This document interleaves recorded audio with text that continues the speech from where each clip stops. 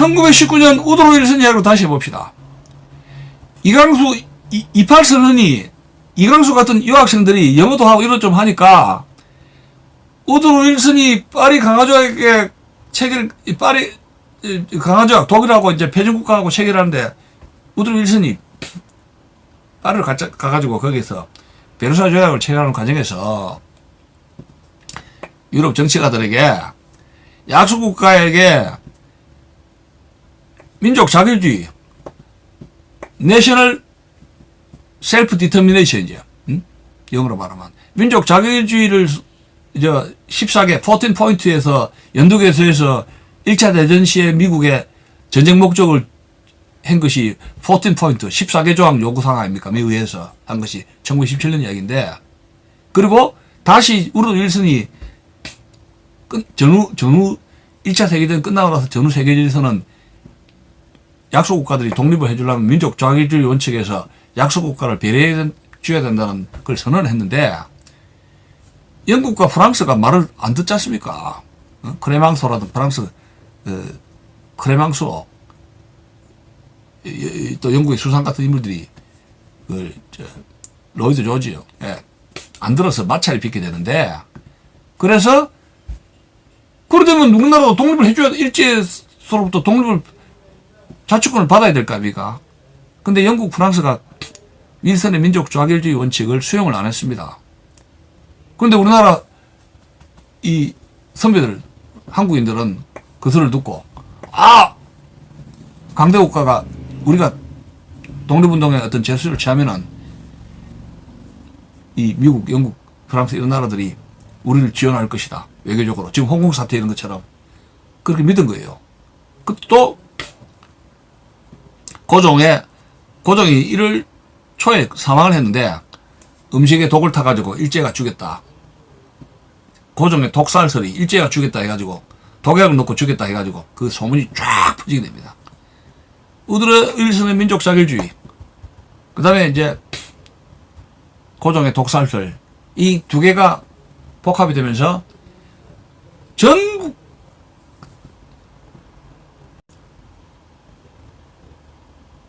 전국에서 들고 일어나는 겁니다. 들고 일어난 것이죠. 근데 3월 1일 날 독립 이제 만세만 들고 막 길거리 나왔는데, 우리나라 지금 4년 동안에 우리 애국 시민들이 문재인 정권 타도하다 해가지고 길거리에 태극기만 들고 갔지 않습니까? 그거랑 똑같아요. 근데 3.1 운동이 끝나고 나가지고 몇 달에 걸쳐서 엄청나게 탄압이 있었지 않습니까? 그 데라우치 총독의 무단 통치라고 하지요. 이또 히로부미의 통감 정치에서 하다가 1919년에 하얼빈역에서 안중근 열사가 권총을 쏴가지고 이또 히로부미를 저격하는 사건 이후로 조선 총독부가 설치가 되고 초대 총독으로 데라우치 총독, 육군대장 14개짜리 와가지고 헌병과 경찰에 의한 무단 통치가 시작된 것이 1910년 아닙니까? 합방되면서. 그러고 나서 1910년부터 1919년까지 9년 동안을 엄청나게 이제 이 식민지 상태에서 이제 고통을 겪다가 한번 대규모로 들고 일어난 것이 3.1 운동인데, 미국 국무부에서 우리나라 3.1 운동에 대해서 어떤 논평을 했겠습니까? 일본에게 조선을 독립시키주라 했겠습니까? 안 했습니다. 못 했습니다. 그러면 그 당시 1919년에 그래 미 국무부가 조선민주군 태극기 세력을 지지했으면은 일본이 가만히 있습니까? 일본이 외교적으로 항의를 하겠죠. 그러면 미국하고 일본하고는 태평양에서 한반씩 붙어야 됩니다. 지금 중국하고 미국하고 대만 해협이라든가 남사군도 쪽에서 한반 일촉즉발의 군사 충돌 가능성이 이렇게 하듯이. 자, 그런데 1919년에 미국이 우기를 승천하는 일본의 군사력, 육군과 해군을 제어할 수 있는 병력이 있었느냐? 없었습니다. 없었다고요. 미국의 군 제도가 처음에는 말레이시아로 해가지고 갖고, 독립운동 때는, 지원병 제도거든요. 월남도 1년인데요. 1919년에 1차대전 끝나고 미국의 군사력, 군제죠. 징집하는 군사력이 급속도로, 감축이 됩니다.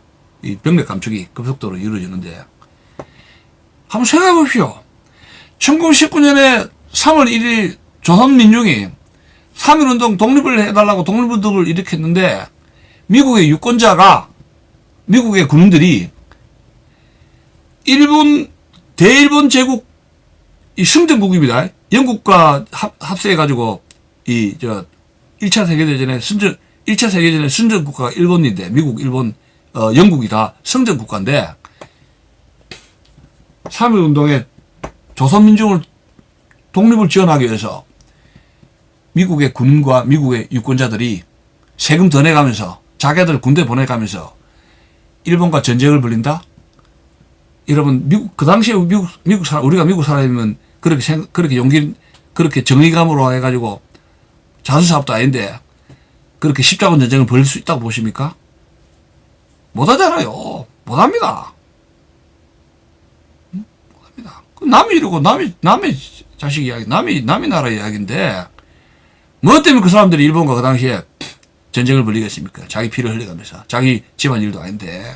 전쟁은 또 1917년에 1차 대전에서 미군이 개입해가지고 2년 동안에 피를 많이 흘렸는데 저 태평양 넘어서 6.25 전쟁도 아닌데 전쟁으로 나간다? 그 당시에는 한국이 어딘지도 잘 모르는 사람들 많았어요. 1차 대전 때도. 지금보다 더 관심이 없고 재밌게 보도 더 적을 때 이야기입니다. 1919년에. 근데 우리나라의 독립운동가들 33인이나 이강수든지 그 당시에 안창호든지 이승만 박사 이런 사람들이 미국에 대한 기대가 있었단 말이에요. 성명서 하나는 좀 멋들게 해주겠지. 좀 뭔가 발언이라 좀 시원하게 좀 일본의 가혹한 탄압에 대해서는 가혹하게 좀 응징을 해주겠지. 미국에 좀 기대하는 게 있었습니다. 우리나라 독립운동가들이 없었습니다. 근데 일본 눈치 보고 영국 눈치 보고 그 당시 일본을 응징하려면 미국은 영국 눈치를 봐야 된단 말이에요. 영국은 일본하고 뭡니까? 동맹관계였지 않습니까? 성전국가고 일본이 무자비하게 3.1운동에 탄압하는 것을 영국과 미국은 지켜보기만 했습니다. 근데 그래도 한국 민족이 이렇게 탄압받아서는 안 된다고 소매를 붙이고 도와줬던 세력이 어딥니까? 이 미셔너리 계통이 기독교 선교사들입니다. 선교사들이. 이건 안 된다. 이거는 인류 도의상 이거는 있을 수가 없다. 해서 미국, 카나다, 영국 이쪽에 서구에 있는 선교사들이 3.1운동 이후에 벌어진 교회 탄압 이런 데 대해서 적극적으로 손발 벗고 나서가지고 우리나라 기독교 운동이 그때 다시 부활된 거예요. 미국의 양심 세력들 기독교 교계에서 우리나라 3.1운동의 그 피해, 그 아픔을 어루만졌다라는 사실입니다. 우리가 이걸 주목을 할 수밖에 없다. 국제적 연대가 거기서 미국 기독교 세력하고 연대가 워싱턴 정계하고 연결이 아니고 기독교 조약하고 연결되는 것이 3.1운동. 우리나라 민족 지도자하고 기독교를 중심으로 해가지고 매개체가 형성이 된 겁니다. 그때 3.1운동 끝나고 나가지고 민중들이 엄청나게 교회라든가 이런 데서 핍박당하는데 일본 헌병들이 가다 놓고 교회에 불을 지를 뻔했습니다. 왜냐하면 만세운동을 하는 주동자들이 교회에 있으니까 교회에 불을 지릅니다. 그럼 뜨거우니까 튀어나오죠. 그 가만히 둡니까? 기관단창으로 그냥 갈겨버리는 겁니다. 그리고 나머지는 붙잡아가지고 어떻게 하냐. 총알에 아깝다네. 총알 아낀다고 대꽃쟁이 십자가 매달아가지고 대구챙이로 해가지고 찔러총으로. 그리고 이제 사무라이들 그 검도한 사무라이들 칼 연습하듯이 뭐 사람 목 빼듯이 이런 거 있지 않습니까? 찔러 하듯이 그렇게 잔인하게 그렇게 살해당하셨습니다. 나라를 잃어버리면 그렇게 비참한 불행을 당했던 것이죠. 그때 자 6개월 동안 탄압이 되는데 독립운동 지도자들 여러 가지 이제 템포럴 가버먼트 임시정부 이제 독립운동 단체인데 이제 간판을 그럴듯하게 해야 되면 이건 정부 간판을 그런 겁니다. 기왕이면 다운치마라고 무슨 애국단체를 할 필요 없지. 아예 뭐 정부 이름으로 해가지고 임시 정부단체라고 해가지고 간판을 딱 만들어버린 겁니다. 이 말하자면 이게 독립운동 중에서 거창하게 뺑기칠 해가지고 거창하게 만든 거죠. 그게 나온 것이 한성정부. 그 다음에 이제 뭐 한성정부에서 뭐 저 집정관 총재입니까? 이승만 박사. 그 다음에 국무총리 이동희. 나중에 이제 공산주의자라 해가지고 공산주의 운동한 사람이죠. 또 블라디보스토크의 국민의회. 그 한 7개가 만들어졌는데 이들끼리 뭐예요? 누가 정통적이다 해가지고 당연히 또 싸움박질 할 거 아닙니까? 내분이 있을 수밖에 없는데 그때 중국으로 망명했던 안창호죠. 안창호. 안창호가 상해 임시정부에 뭐 내무참판이 내무장관 비슷한 거죠. 나는 시무룩고만 하겠다. 뭐 학벌이 없으니까 배운 건 없지 않습니까? 인품은 훌륭한데 배운 게 없으니까 양보 해가지고 다 7개를 하나로 끌고 모으는데 역할을 하는 게 안창호입니다. 그때 아마 이광수도 그때 아마 망명을 했죠. 마누라는 닥터인데 아마 서울 장안에 놓고 갔을 거예요. 아마 독립운동 한다 해가지고 안창호 밑에 있을 겁니다. 이광수가. 그래서 이제 하나로 만들어진 것이 상해 임시정부인데 법통은 함성정부를 법통으로 한다는 얘기예요. 법통. 그게 이승만, 이동희 라인이죠. 그럼 왜 상해 임시정부냐? 한성에서 독립운동이 불가능하지 않습니까? 그러니까 한성에 있는 인맥 구조를, 법통을 어디로 옮긴다? 상해로 옮긴다 이야기예요. 상해로. 장소를 상해로 빌린다는 얘기예요. 그래서 상해 임시정부가 된 거예요. 근데 집정부 프레지던트, 집정관 총괄하는 것이 번역을 한 프레지던트, 대통령, 그게 비슷한 거예요, 그게. 대통령이나 집정관 총재라는 것이. 그 영어로 보면 프레지던트로 되어 있어요. 집정관 총재로 이승만을 임명을 하게 돼. 나중에 뭐 상해 또 가가 탄핵당하고 뭐 우여곡절을 겪었지만 그때 이제 학벌이라든가 지성이라든가 모든 그동안에 독립운동한 그런 그 스케일이라든가 범위라든가 이걸 보고 안창호가 양보를 해가지고 다 사람들 이렇게 저렇게 유나이티드 프론트를 만드는 거죠. 그 안창호 인품이에요. 네. 그런 1945년 일본한테 원자탄 2방을 터뜨려가지고 해방을 시킨 거 아닙니까, 미국이? 1919년부터 1945년까지면 무려 몇 년입니까? 19년부터 독립운동에서 45년까지라면은 26년이라는 세월이 걸렸죠. 한 세대가 흐르면서 이제 독립이 되었는데, 그러면 아마 독자들은 궁금해하실 겁니다. 1910년 나라가 망한 뒤에부터 1919년 독립운동, 만세운동까지는 이 독립 안 하고 뭐 했느냐 했을 때, 이런 거죠. 초기에 독립운동 한 사람들, 특히 이제 대표적인 것이, 헤이그의 밀사 사건에 연루가 된, 이상설 같은 거, 이준 이상설 같은 사람들은, 고종의 왕명의 부름을, 오더를 받아가지고 외국에서 독립운동을 하게 됐지 않습니까? 고종의 부하죠. 고종의 부하. 그러니까 왕당파라고 볼 수가 있어요. 왕당파. 프랑스 혁명에 보면 왕당파냐 공화파냐 이런 게 이제 라인이 있지 않습니까? 레프트냐 라이트나 문제도 있지만 왕당파냐 공화파냐 라인도 있을 거 아닙니까? 그러니까 고종이 1919년까지 살아있을 동안은 뭐 헤이그 밀사를 파견한다든가 이상설이라든가 이준 이런 열사들이 이제 독립운동 하도록 이렇게 밀지를 내가지고 외교적으로 해가지고 독립운동 하는 라인이 고종에 의한 파벌이 왕당파를 할 수가 있죠. 근데 고종의 왕명에 관계없이 자기 재산 다 뜰어해가지고 시베리아 건너가지고 만주를 건너가지고 독립운동 군작을 마련한 사람들이 있을 거 아닙니까? 근데 그런 사람들은 뭐야? 유림이든 아니든 간에 조선이 왜 망했느냐? 이거 전제왕권 이거 징글징글하다. 영국이라든가 일본 같은 예를 보면은 제도를 바꿔야 된다. 이게 입헌군주제로 가든지 공화주의로 가든지 그래도 최소한 입헌군주제로 가야 되겠다. 아이 왕 필요 없다. 킹 필요 없고 공화정 미국처럼 리퍼블릭 우리 지금 헌법처럼 공화국으로 가야 되겠다. 이런 사람이 있었을 거 아닙니까?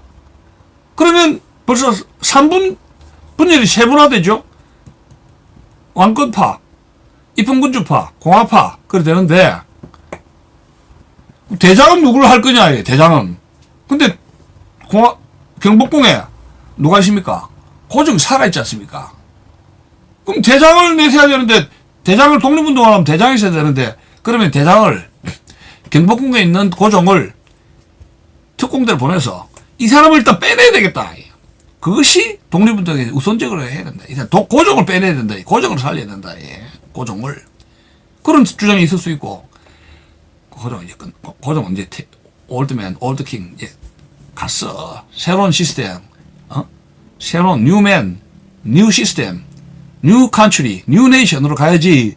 자꾸 지나간 사람을 끊고 왜 자꾸 고전 징글징글하다. 이런 주장이 있을 수가 있다네 이게. 그 급진파들이죠. 급진제. 공화주의자들이. 이거 안 되겠다. 고종이 아간 파천해가지고 러시아에 줄 서가지고 망했는데 그렇게 하니까 지금 줄을 잘 서야 되는데 아간 파천이 치명타였지 않습니까? 아까도 얘기했지만 영국하고 미국이 조선은 안 되겠다. 이거 안 되겠네 해가지고 X 딱 끄는 게 뭐냐면 고종의 아간 파천이에요. 민비가 러시아를 좋아했지 않습니까? 왜 민비가 러시아를 좋아했느냐? 일본을 견제하는 것이 영국이냐 미국이냐 러시아냐 이래 봤는데 러시아가 청일 전쟁이죠. 청일 전쟁이 끝나고 나가지고 러시아가 삼국 간섭 러시아, 프랑스, 독일 이 나라하고 가세해가지고 요동반도에 일본이 청나라로부터의 빼뜨는 점유권을 삼국 간섭을 통해서 못하게 했지 않습니까? 그 민비가 딱 보고 아이 이거 러시아 굉장히 세네. 일제를 막 견제를 하려면 러시아 카드를 이용해야 되겠다. 그게 민비가 러시아를 고종 부추겨가지고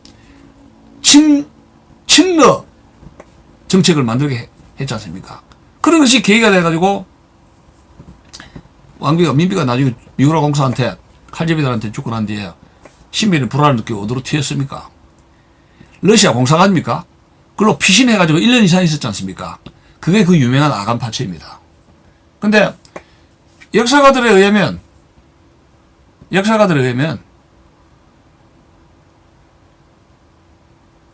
아간 파츠이 우리나라 운명의 치명타라 그래요.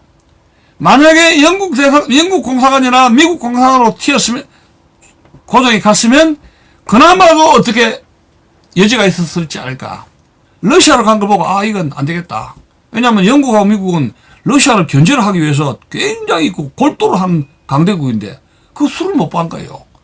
러시아는 지금 굉장히 어려운境遇인데 그게 대국인 줄 알고 그러니까 각국 지도자가 우리나라가 지금 미국하고 중국하고 어느 쪽 붙어야 되는데 미국을 붙을 거냐 중국을 붙을 것이냐 그 지도자의 그 나라에 대한 그런 안목이 있어야 되는 거 아니에요. 어디에 붙어야 한국이 산다는 거를. 한미동맹을 떠나서 이야기해요. 그건 뭐예요? 고종 같은 경우는 그 나라 가서 직접 한번 보든지, 피터 대제 같은 경우는 러시아 피터 대제, 직접 자기가 젊은 시절에 네덜란드라든가 조선소에 가서 일하고 영국 가서 견문을 받지 않습니까? 시향문물이, 이거 무시무시한 것이다. 이거 배워야 되겠다. 자기 직접 보고 배웠잖아요. 고종 그게 없어요. 호학에 대한 그런 직접 그 현장 가서, 현장 가서 이 나라를 어떻게 구해야 되겠다. 그 나라 어떻는가. 이게 없다는 이야기예요. 그냥 미미 그냥 치마폭에서 헐렁헐렁 하다가 지금 나라 망쳤지 않습니까? 그러니까 고정을 바라보니까 이거 안 되겠다고 하는 사람들이 많았을 거 아닙니까? 그러다가 10년이 흐른 겁니다. 1910년부터 1919년까지 9년 10년이 흐르는데 고종이 마침 죽으니까 이제는 모든 걸 정리를 하고 이제 왕정은 끝났다. 이제 공화국으로 가야 된다. 그게 죽음의 미학입니다. 응? 죽으면서 해결되는 거죠. 독립운동의 유나이티드 프론트가 고종의 죽음으로써 뭐 음독 뭐 의혹인지 뭔지 뭐 독살인지 뭔지 그건 알 수가 없지만 고종 한 사람이 죽음으로써 3.1운동이라는 유나이티드 프론트가 형성이 되고 그것이 상해 독립운동의 시발탄이 되고 우리나라가 오늘날 건국의 어떤 독립운동의 정신 그리고 건국의 정신이 기초가 건국이 된 거 아니죠. 1910년에 건국이 무슨 간판 상해 독립운동 단체 하나 간판으로 임시적으로 간판 하나 만드는 거예요. 몇 사람이. 네. 건국의 기초 공화국으로 가겠다는 기본 정신에 와꾸가 짜여졌다. 이런 말씀을 드리는 것입니다.